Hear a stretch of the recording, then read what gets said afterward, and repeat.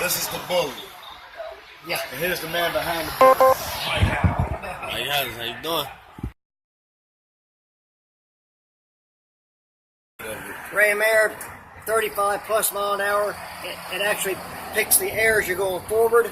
And instead of having a TBI having to work so hard to get it, to pull into it from the vacuum from the motor, that it actually pushes it in and lets everything work smoother, which builds more power. And the cooler the air, the more oxygen, the better it'll be. Most people will spend probably $300 to $400, maybe $500 or better, maybe thousands. I heard people spending thousands on stuff like this, Ram Air modifications, and they put boxes on them and stuff like that. This is probably the most simplest one I've seen yet so far. And it's effective. The most effective out of every one of them I've seen. You probably could pay for something a whole lot more money than what this costs to do, and it probably won't perform as good as this. So, real quick, let's go into the breakdown on what we do, how this works, how does it make the car run better. It constantly gets fresh air all the time. It's most effective above 35 mile an hour. And it's a cheap way to set it up.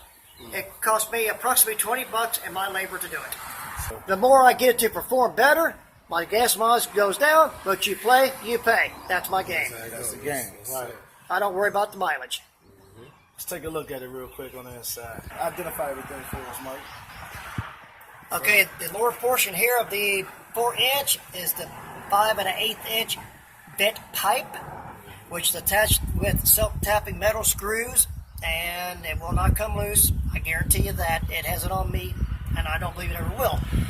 Into the 4-inch, 5-inch, 9-degree water piping at the elbow with an air filter that I custom made, and it is quite effective.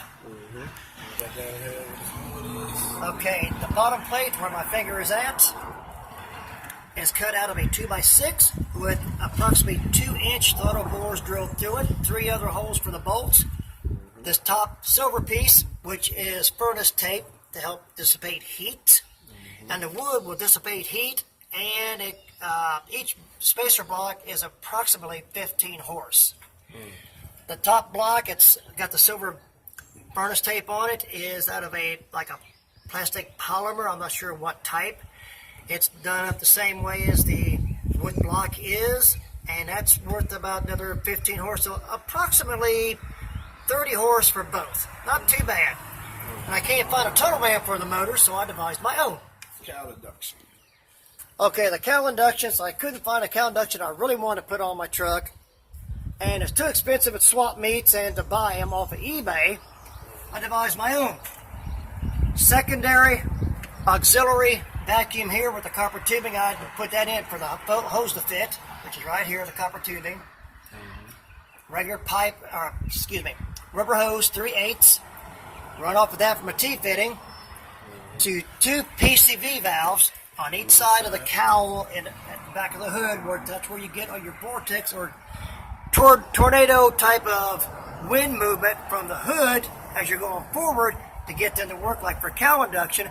But it's got a check valve to open and close when need to be. Mine stays constantly working. But low RPM through the city, the PCV valves on each side, 2 on each, work at from idle to 35 to 40. Probably works a lot higher RPM and speed. That's where the Ram Air comes in at 35 plus, because I've had this truck up to 80 mile an hour. I've buried the speedometer, and I believe to think I've had it to 100, and no problems. Didn't miss a beat on the firing. This still all stayed intact, so I had no worry about it coming off unless I hit something. When that's all over then anyway. You want to see what it sounds like?